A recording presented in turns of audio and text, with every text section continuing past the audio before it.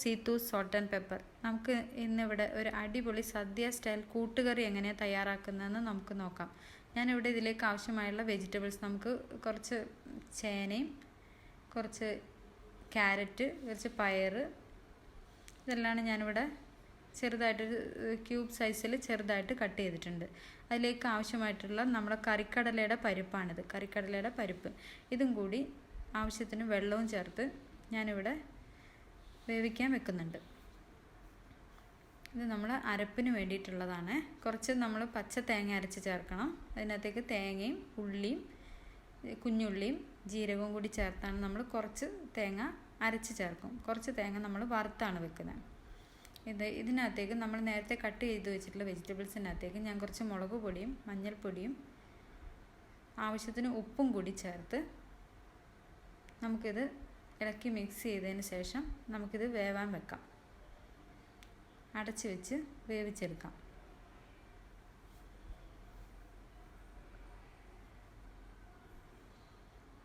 ആവശ്യത്തിന് ഉപ്പും കൂടി ഇവിടെ ചേർക്കുന്നുണ്ട്. കടലയും നമ്മൾ നേരത്തെ കട്ട് ചെയ്ത് വെച്ചിട്ടുള്ള വെജിറ്റബിൾസ് ചേന, പയർ, ക്യാരറ്റ്, ആവശ്യത്തിന് വെള്ളവും കൂടി ചേർത്ത് ഞാനിവിടെ വേവാൻ വെക്കുന്നുണ്ട്. ഇനി നമുക്ക് അരക്കേണ്ട തേങ്ങയാണിത്. കുറച്ച് ചെറിയ ജീരകവും ചെറിയ ഉള്ളിയും കുറച്ച് തേങ്ങയും കൂടി നമ്മളിവിടെ മിക്സിയുടെ ജാറിലിട്ട് ഇത്തിരി അരച്ച് മാറ്റി വെക്കുന്നുണ്ട്. ഇനി നമ്മൾ നേരത്തെ വെജിറ്റബിൾസ് ഏകദേശം വെന്ത് വറ്റി വരാനായിട്ടുണ്ട്. അപ്പം നമ്മൾ ഇതിനകത്തേക്കൊരു ശർക്കര കൂടി ചേർക്കുന്നുണ്ട്. ഇത് ഉരുക്കി ഒഴിക്കുകയാണെങ്കിൽ ഏറ്റവും നന്നാവും. ഞാനിവിടെ ഇത് നേരിട്ട് തന്നെ നല്ല ശർക്കരയാണ് നേരിട്ട് തന്നെ ചേർക്കുന്നുണ്ട്. ഇനി നമ്മളിവിടെ കുറച്ച് എള്ള് കൂടി ചേർത്തിട്ടാണ് ഈ തേങ്ങ വറുത്തെടുക്കുന്നത്. തേങ്ങയും എള്ളും കുറച്ച് ജീരകവും കറിവേപ്പിലയും എല്ലാം കൂടി ചേർത്ത് നന്നായിട്ട് നമ്മൾ സാമ്പാറിനൊക്കെ വറക്കുന്നത് മാതിരി നന്നായി വെളിച്ചെണ്ണയൊക്കെ ഒഴിച്ച് വറുത്തെടുക്കുന്നുണ്ട്. ഇനി നമ്മൾ നേരത്തെ അരച്ച് വെച്ചിട്ടുള്ള തേങ്ങ നമ്മൾ ഈ പച്ചക്കറിക്കകത്തേക്ക് ഇട്ട് നന്നായിട്ട് ഇളക്കി യോജിപ്പിച്ചെടുക്കാം.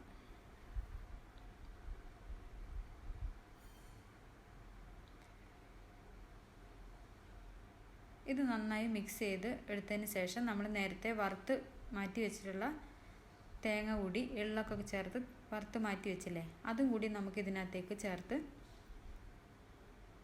യോജിപ്പിച്ചെടുക്കാം. ഇനി നമുക്കിതിനകത്തേക്ക് കുറച്ച് കുരുമുളക് കൂടി ചേർക്കണം. കുരുമുളക് പൊടിച്ച് വെച്ചത് നമ്മുടെ എരിവിനാവശ്യമായ അത് ഒരു പ്രത്യേക ടേസ്റ്റാണ് ഇതിനകത്ത് കുരുമുളക് പൊടി ചേർക്കുന്നത്. അത് ഒഴിച്ചുകൂടാൻ പറ്റാത്തതാണ്. അതുകൊണ്ട് എന്തായാലും നമ്മൾ ചേർക്കണം.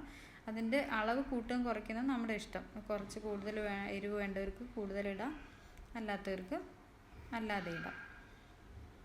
ഇതും കൂടി ചേർത്ത് പിന്നെ ഞാനിവിടെ കുറച്ച് തേങ്ങാക്കൊത്ത് കൂടി വറുത്ത് ചേർത്തിട്ടുണ്ട്. ഞാനിവിടെ കാണിച്ചിട്ടില്ല. അതും കൂടി ചേർത്ത് അത് സ്കിപ്പ് ചെയ്യണവർക്ക് സ്കിപ്പ് ചെയ്യാം കേട്ടോ. പിന്നെ ഞാനിതിനകത്തേക്ക് കുറച്ച് നെയ്യ് ഒരു 2 ടീസ്പൂൺ നെയ്യ് കൂടി ചേർത്ത് ഈ ചൂടുള്ള കൂട്ടിനകത്തേക്ക് ചേർത്ത് നന്നായി ഇളക്കി യോജിപ്പിച്ചെടുക്കുന്നുണ്ട്. ഇവിടെ കൂട്ടുകറി അടിപൊളിയായിട്ട് വന്നിട്ടുണ്ട്.